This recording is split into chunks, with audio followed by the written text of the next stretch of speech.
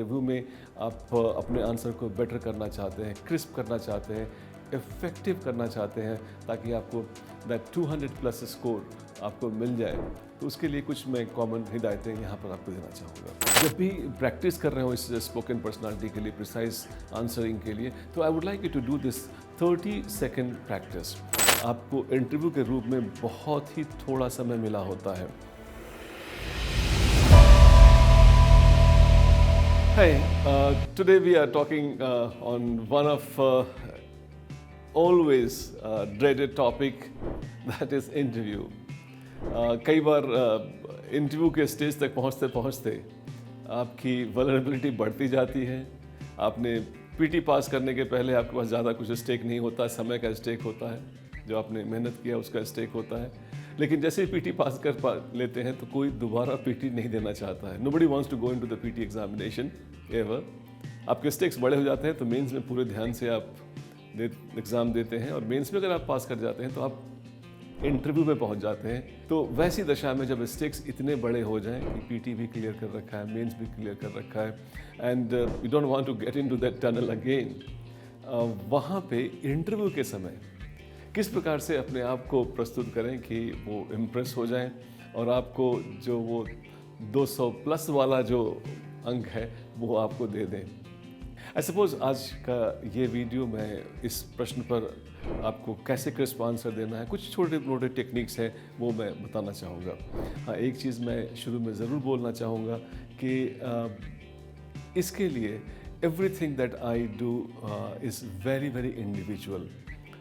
जो एडवाइस मैं आपको क्रिस्प आंसर बनाने के लिए दे रहा हूँ, ज़रूरी नहीं है कि वो आंसर किसी दूसरे को दूँ, किसी और को, तीसरे को कोई और आंसर दूँ, आंसर देने के लिए मैं टेक्निक बताऊँ, because it is all very individual and I love spending time with you all at the interview stage personally, when I can actually intervene and then study you, listen to you, talk to you and give you some advices which is bespoke in nature.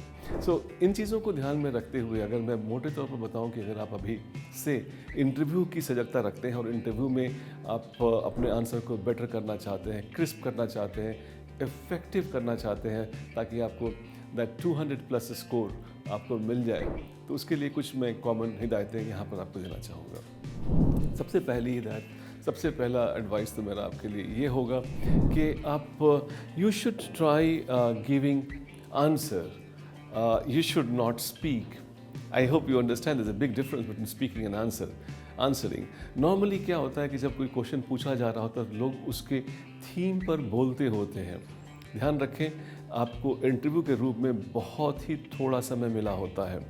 You would have got very small time in the interview to show who you are, आप क्या हैं। तो वहाँ पर अगर आप answer देने की जगह अगर आप बोल रहे होंगे, बोलने के अंक नहीं मिलेंगे। आप ध्यान रखेंगे कि जैसे अगर आपसे पूछा जाए कि चाइल्ड लेबर की समस्या को दूर करने के लिए सुप्रीम कोर्ट के कुछ अगर निर्णय हैं तो उनके बारे में आप टिप्पणी करें, तो ध्यान रखें कि आप चाइल्ड लेबर क्यों होता है, चाइल्ड लेबर की क्या समस्याएं हैं, उनके दूर करने के लिए कौन से संविधान में प्रावधान है, उनके लिए क्या कोई और लेजिस्लेशन बना है, इन सब चीज़ों पर आप बोलेंगे तो आप बोल रहे होते हैं, आंसर नहीं दे रहे होते हैं। तो एक क्रिस्प आंसर में it is very important for you to understand the questions demand, और जो क्वेश्चंस का डिमांड है उसको ध्यान में रख करके आप जवाब दें। अगर आपको अभी बहुत ज़्यादा क्लियरिटी नहीं आएगी, still I am addressing to this issue, I would like to tell you, question में आपको फ्लो देखना होता है, क्वेश्चन में आपको कमांड देखना होता है, और क्वेश्चन में आपके उसके टॉपिक देखनी होती है। तो टॉपिक, कमांड एंड फ्लो के आधार पर I would like you to start your answer. दूसरी टेक्निक मैं बताना चाहूँगा आपको, there are some small techniques which are generic in nature which I have evolved, I must tell you, over the years which I am sharing it now. You should be having an anchor statement. अगर एक anchor statement दे देते हैं तो आपका answer बहुत ही precise हो जाता है। एक जैसे शीर्षक देते हैं ना, तो वैसे अगर शीर्षक दे करके अगर आप उत्तर को आरंभ करते हैं, definitely your answer is more effective. Normally लोग जो मेंस की इनर्शिया होती है उसमें परिभाषा से स्टार्ट करते हैं। जैसे उदाहरण ले लीजिए, जैसा मैंने पिछला क्वेश्चन पूछा था, मेंस के आंसर में समबडी में just possibly start child labour are those according to constitution child labour. So ये चाइल्ड लेबर की परिभाषा नहीं देनी है। अगर मैं आपसे आपका नाम पूछूं तो आप ये थोड़ी बोलेंगे हमें कि नाम एक ऐसी चीज़ होती है जिससे किसी की पहचान बनती है। Definitely not. You can speak it all right, but don't forget you speaking, you not answering.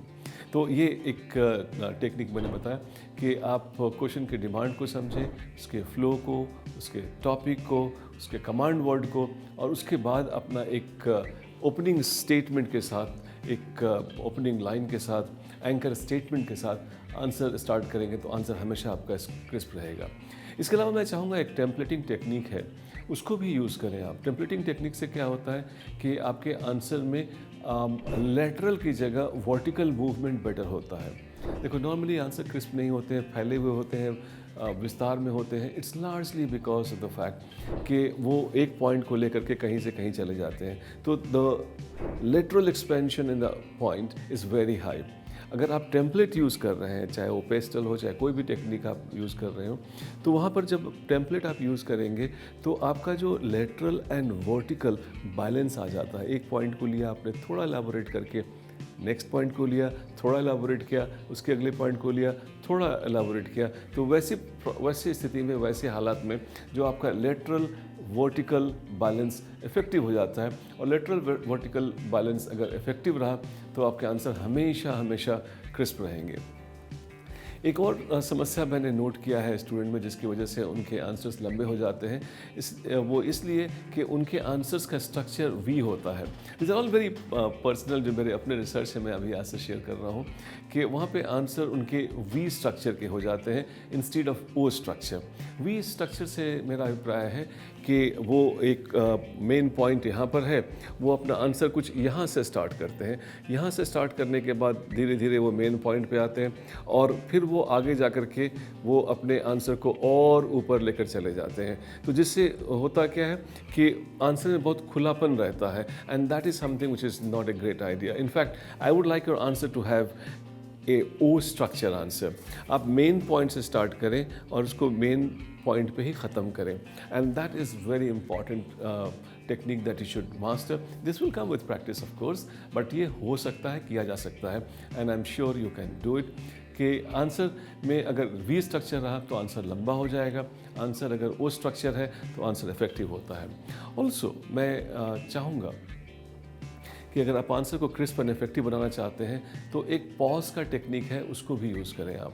Do not jump on answering.